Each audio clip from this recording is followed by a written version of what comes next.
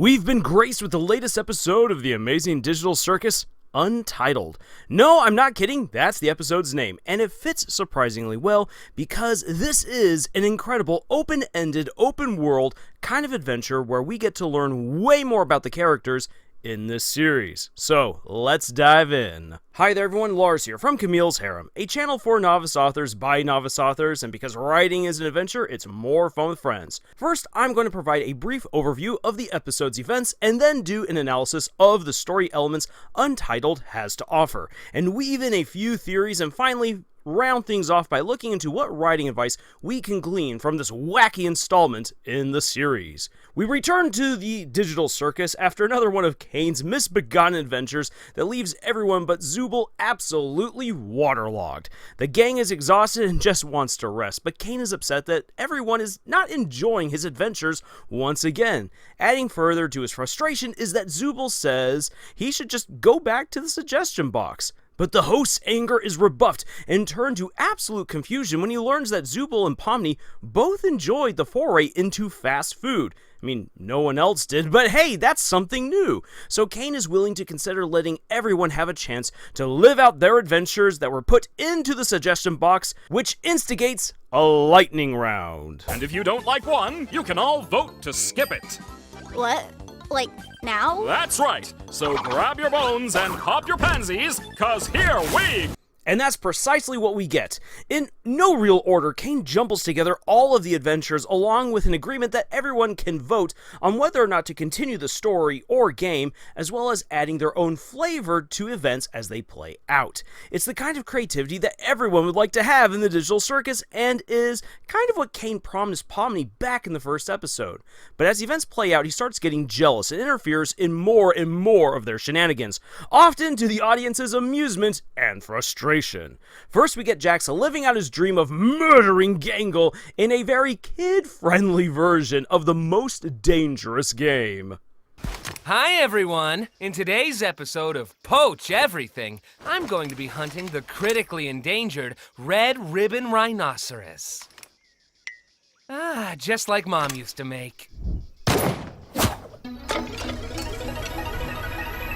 And we also get the disturbing start of his cannibalist run? But Jax's adventure is overridden by everyone, and he's programmed to be a vegan for the rest of the day. Their next game is another of Jax's suggestions, which puts Pomni into the White House as president. She must manage a conflict between Australia and New Zealand that has the greatest escalation of bizarre events. Well, Miss President, it looks like there are some new developments in the ongoing war between Australia and New Zealand. We may need to take in some refugees. Come down here for a sec. We all got briefs on our characters. Is that a baby head? Oi, mate! I'm an Australian extremist, and I've come to detonate this bomb that'll release all the world's deadliest spiders into... Did I pick a bad time? Well, which wire do I cut? Follow your heart. You stay out of this! Hi! I'm a New Zealand extremist, and I don't know what New Zealanders threaten people with. The group gets exploded right into Gangle's anime fantasy, which is super cute, and a definite flex to let everyone know that Glitch is ready to pull off another 2D animated series like Knights of Guinevere. And speaking of making references, there is a wonderful advertisement for the Gaslight District in the background. Definitely go check it out if you haven't already seen that show. Sadly, the slice of life shenanigans are cut very short when Jax taps into Gangle's embarrassing secrets regarding figurines and other otaku stuff. We then get a very calming adventure, which is stargazing. Kinger has a picnic set to go, and just about everyone is having a good time. But Jax, he wants the thrill and to make fun of people, not to take it slow and talk about feelings, but despite that, Pomni begins getting him to open up. However, he's still acting like a jerk, making fun of Gangle, which causes Ragatha to intercede, and we learn by reference that Jax lost his only friend in the circus. More on that later. But everything goes south as the moon shoots her shot. They do, don't they? You think after this, maybe we could... Wait a minute! That's a bad thing! Explain to Daddy Bubble how bad thing. I think that... Don't say that. I think they're enjoying the suggestion box adventures more than the me adventures. What should I do? You should die. You should throw a beach party. Why do you swear now? Ugh, forget it. Let's go to an intermission. One insane and addictive intermission later, we get a very telling interaction in a noir-themed bar, one of Zubal's suggestions. Here, the party settles down for drinks and they begin opening up more and more about who they were, their jobs, their dreams, their problems, and so forth. Ragatha especially opens up while Jax continues to deflect over and over again. And we learn that he's terrified of corn. And after watching K-pop Demon Hunters, I don't blame him so much. Caine suddenly intervenes before we can get even more juicy character development and insights, and thrusts everyone into Ragatha's suggestion of a softball game. But he spices things up by forcing the team to play against their evil selves. And things don't go well for Ragatha as she gets tormented and Jax gets stuffed into a maid outfit. Wait, what's that?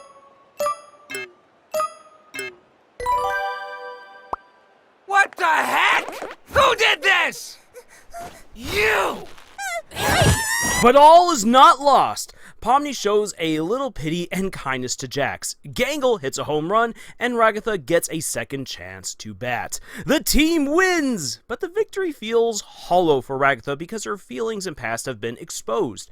She didn't really get to hit her home run either, and when everyone returns to the digital circus proper, Pomni leaves with Jax to go check something out, and Ragatha is left eerily alone as everyone else goes to hang out. And all is being watched by this creepy guy.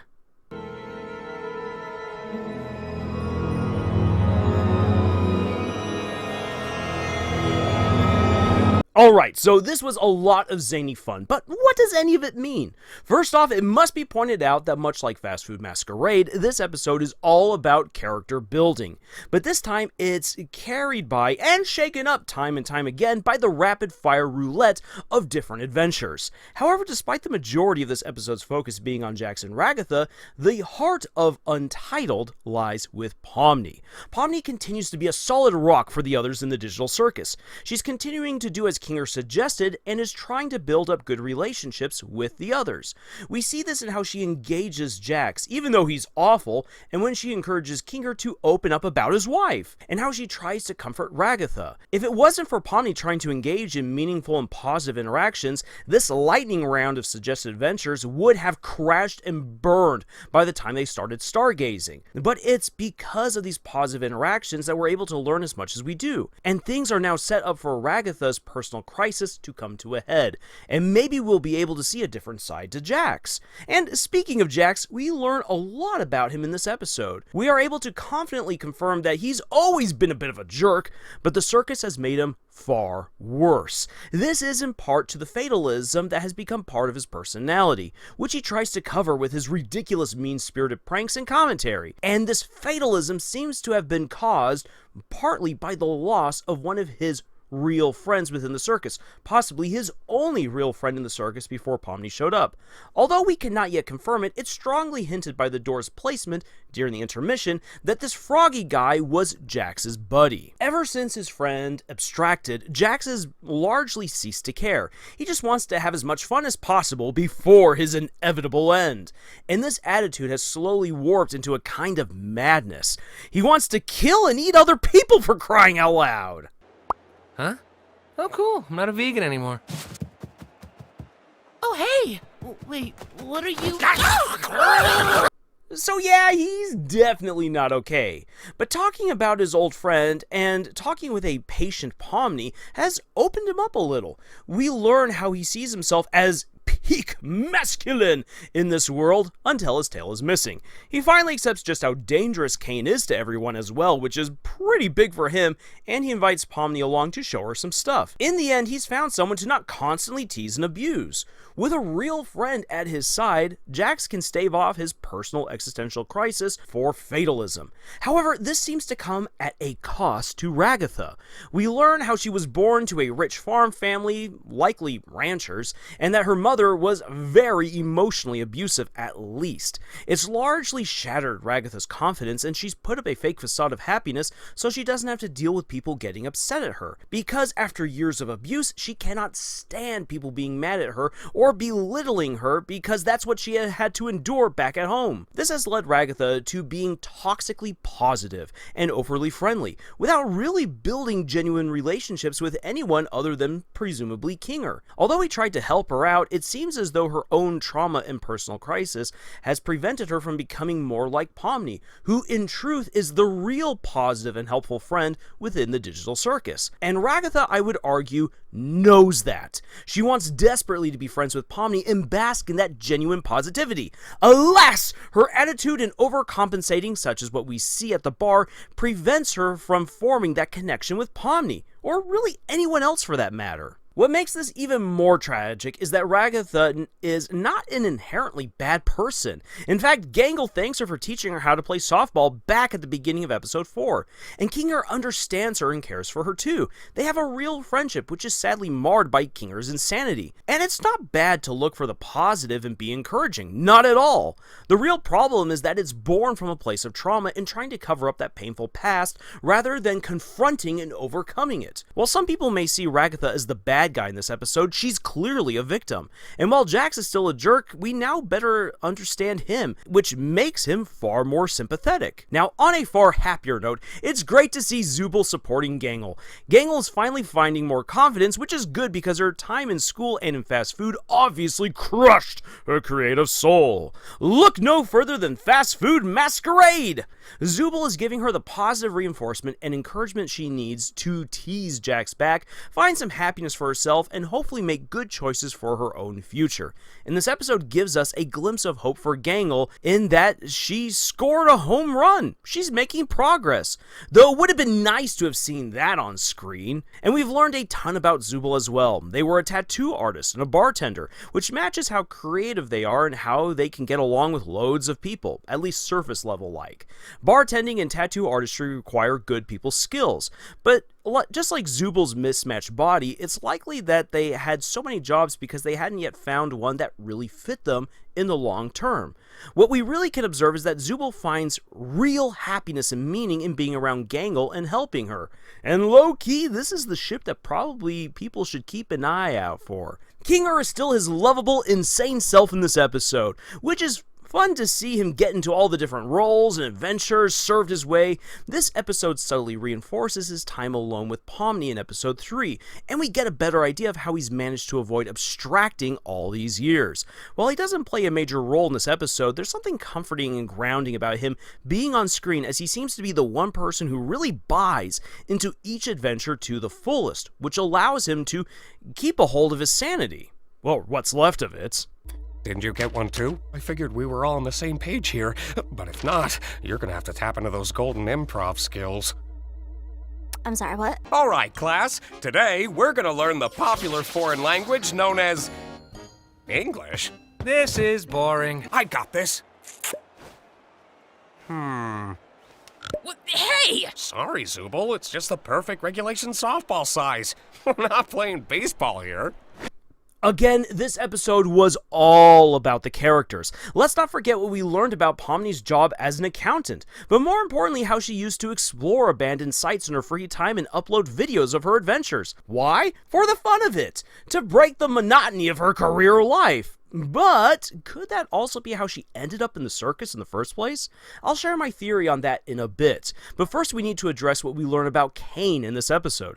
This guy is breaking down. He wants everyone to love his adventures, but they're more interested in their own. He prioritizes the story above the characters and ultimately cannot connect with the humans he's been put in charge of. And he's so consumed by this that he isn't asking further why Bubble is becoming even more deranged, or why elements of the circus seem to be going a little bit more bonkers than they should. Ultimately, Caine is a program that just doesn't understand humans, although he wants to help and entertain them. That lack of understanding makes him horrible at his job. Now, let's get to some theories and we'll wrap up with the writing advice. First, Goosework said that Jax did something unforgivable, and given his cold rage response to when Ragatha brought up how he doesn't have any more friends, I think it's safe to bet that Jax got Froggy Boy abstracted. Remember, Jax has always been a jerk. I think that his adventuring, roughhousing, and teasing pushed his one friend into a dark place that forced him to abstract, and Jax knows that he was responsible. But rather than own up to it, he's become an even greater menace and ultimately a bully within the circus. His guilt and inability to better himself are very likely his true existential crisis. What I find most intriguing is the possibility that Pomni's nightmare scenario within the liminal space that Caine created back in episode 1 is actually representative of how she ended up in the digital circus. I think it's highly likely that while exploring abandoned spaces, she came across the old CNA offices and poked around. She found a computer and a headset that still worked, put it on, which threw her into the circus. This would explain why she sees this old computer and just suddenly begins freaking out, because the program won't let her remember what happened, so she's just so close to bringing it all together. And given Jack's references to Breaking Bad, which Ragatha didn't recognize, unless the yarn doll has been living under a rock, this means that different people have absolutely fallen into the digital circus at different times. Pomni was very likely an unwitting victim to whatever is going on with the circus in the first place. And if the office and its technology have been abandoned, that would also help explain why Caine and the surrounding program are beginning to decay and go haywire, because no one is actively taking care of the system. Now, here's where things get tricky, because if this is all a bad experiment that's gone abandoned, then why do we get creepy characters like Dr. Football, and the evil spirits that know about Kinger's wife, and the weird monster that we saw possessing Gangle when Ragatha was tripping on the sauce?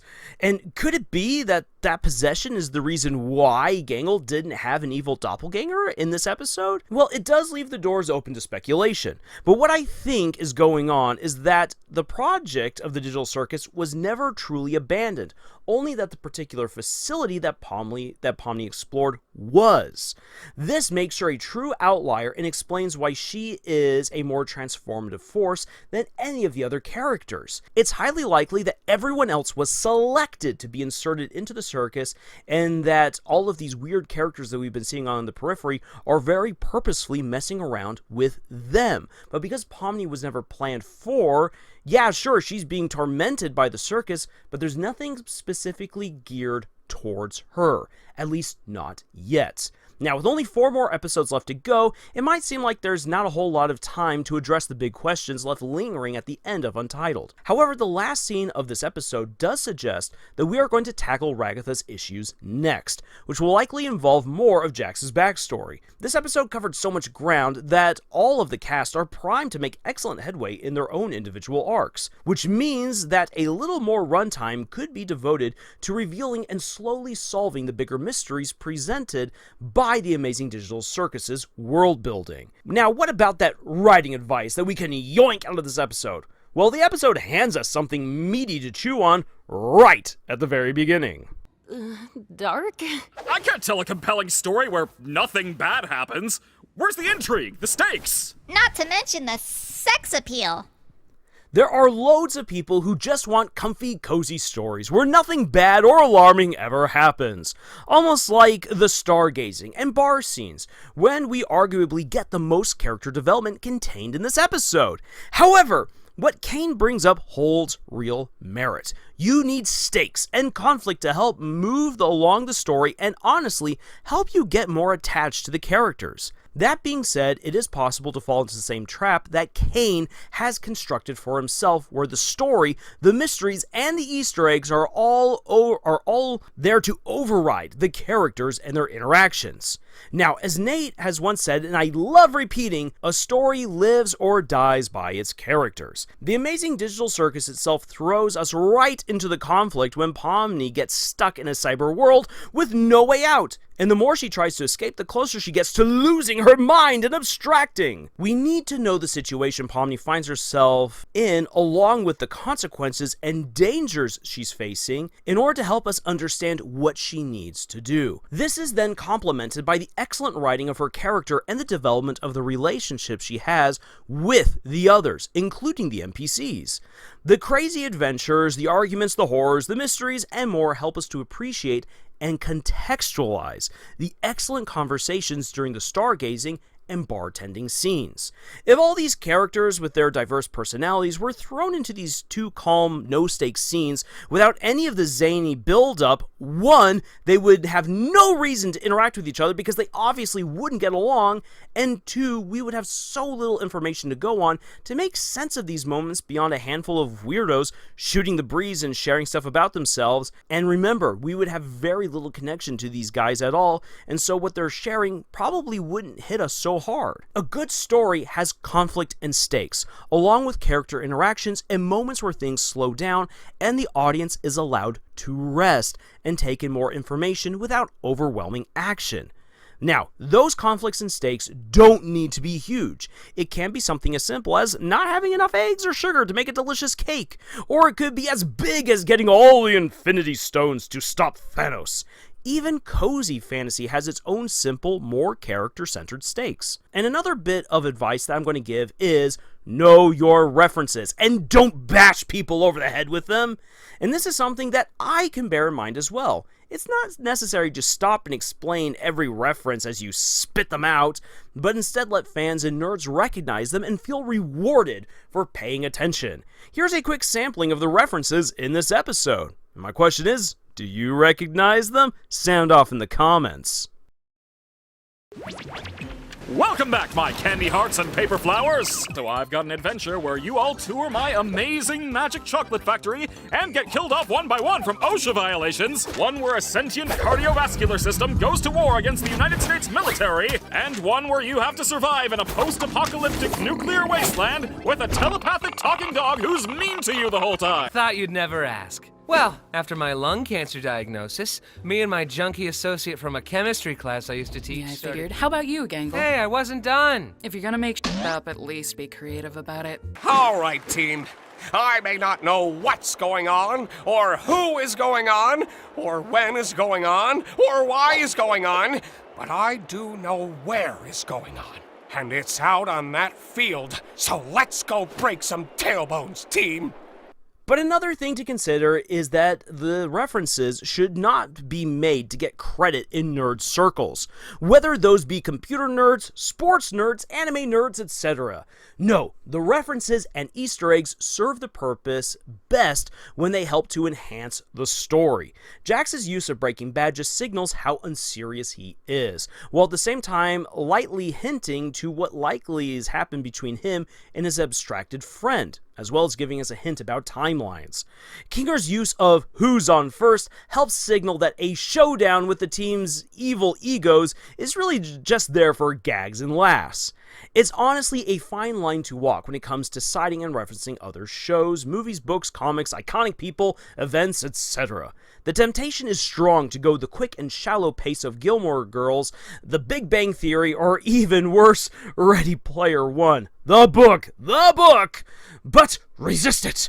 Focus more on your story and use what references you do have to help elevate scenes and characters, not mine for nerd credit. Go that route and your story will lose its flow and confuse too many audience members who don't catch them. Now, it's time for me to wrap up and for you to leave your comments for what you thought on this episode. That's all of my writing advice, my analysis, review, and insights, and some theories into the show thus far.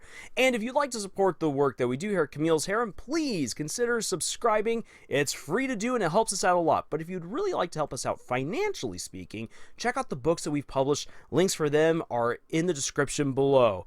I hope that you're looking forward to the next episode of the Amazing Digital Circus because I know I am. Whew!